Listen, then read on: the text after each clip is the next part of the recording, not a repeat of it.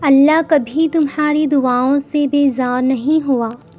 ایسا بھی تو ہو سکتا ہے کہ وہ رب تمہاری دعاؤں پر کن کہنے والا ہو، اپنی بارگاہ الہی میں تمہاری دعا کو قبول کرنے ہی والا ہو، تمہیں تمہاری من پسند چیز سے نوازنے ہی والا ہو۔ مایوس مت ہونا، اللہ جانتا ہے تم ہر روز اس چیز کو حاصل کرنے کے لیے ہر لمحہ دعا کرنے کی کوشش کرتے ہو، جو لمحات دعا کی قبولیت کے لیے افضل ہوتے ہیں۔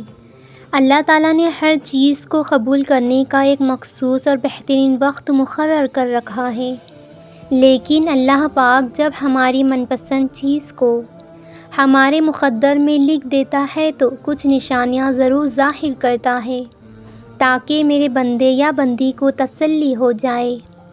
جیسے دعا کرنے کے بعد ایک صبر کا آ جانا، یہ بھی ایک اہم نشانی ہے کہ اللہ پاک ہماری دعاؤں کو سن رہا ہے۔ دعا کرتے وقت سکون سا محسوس ہو جانا، اسے بھی قبولیت کی نشانی سمجھا جا سکتا ہے۔ ہمیں یاد رکھنی چاہیے کہ اگر ہم کسی چیز کو حاصل رکھنے کی اتنی چاہت رکھتے ہیں تو اس چاہت کو کرنے والے دل کا مالک کون ہے؟ یہ چاہت بھی تو تمہارے رب نے تمہارے دل میں ڈالی ہے نا، تاکہ تم اس کے لیے دعا کر سکو۔ دعا کا خیال آنا بھی سب سے بڑی دلیل ہے۔ بار بار اللہ تعالیٰ آپ کو توفیق دیتا ہے کہ اپنی من پسند چیز کو مجھ سے مانگو تاکہ وہ آپ کو عطا کر سکے۔ جان لو، ہم نصیب سے تو کبھی نہیں لڑ سکتے، ہماری دعائیں کی عاجزی ہی ہمارے نصیب سے لڑتی ہیں، اور وہ دعائیں تو بڑی معتبر ہوتی ہیں جو بار بار دہرائی جائے۔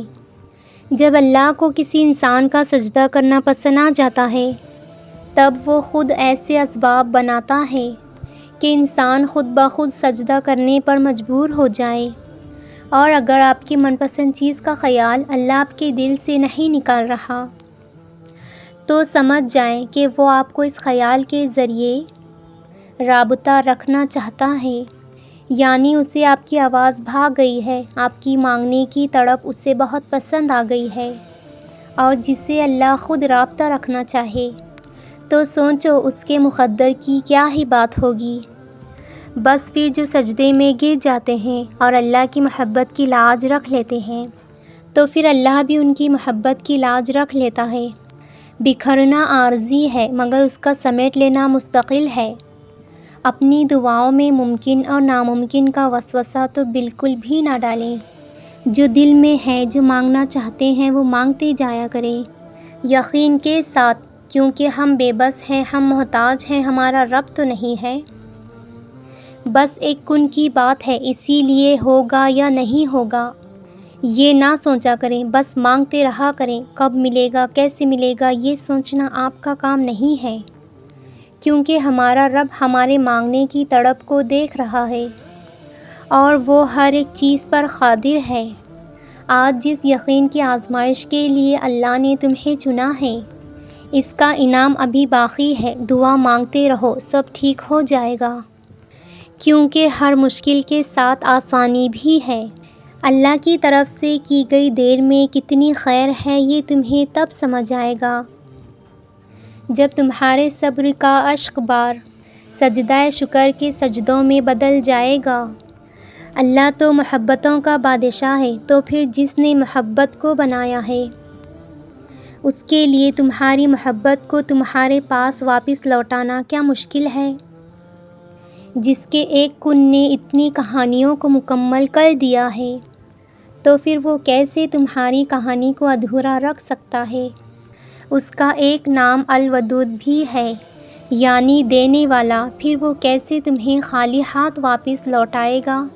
جو بے زبان چونٹی کی خاموشی کو بھی نظر انداز نہیں کر سکتا تو وہ تمہاری ہچکیاں لیتی ہوئی آواز کو کیسے انسنا کر سکتا ہے؟ وہی تو سنتا ہے، وہ سنے گا اور دکھائی بھی دے گا۔ جب تم قرآن کو دیکھو گے تو صرف تمہیں الفاظ ہی نظر آئیں گے، دماغ سے دیکھو گے تو علم نظر آئے گا، اور اگر تم قرآن پاک کو دل سے دیکھو گے تو محبت ہی نظر آئے گی، اور اگر تم اپنی روح سے دیکھو گے تو خدا نظر آئے گا۔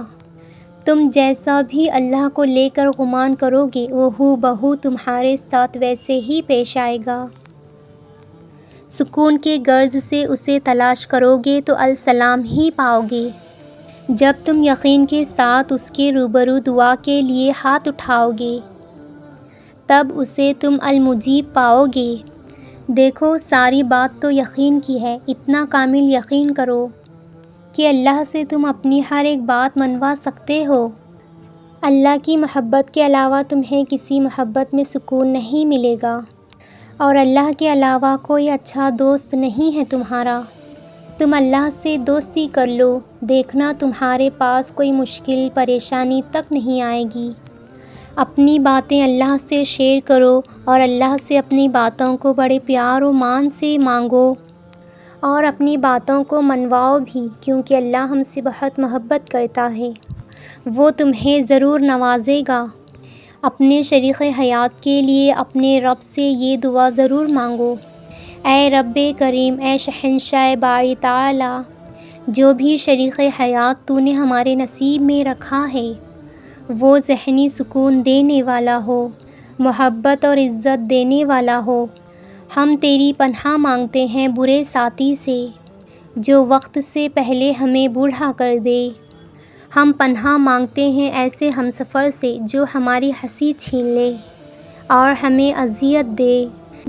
اے رب کریم، ذہنی اذیتوں کا شکار بنانے والے ساتھی سے ہمیں محفوظ رکھ۔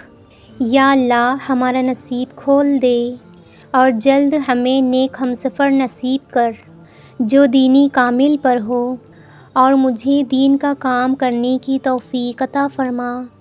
آمین یا رب العالمین۔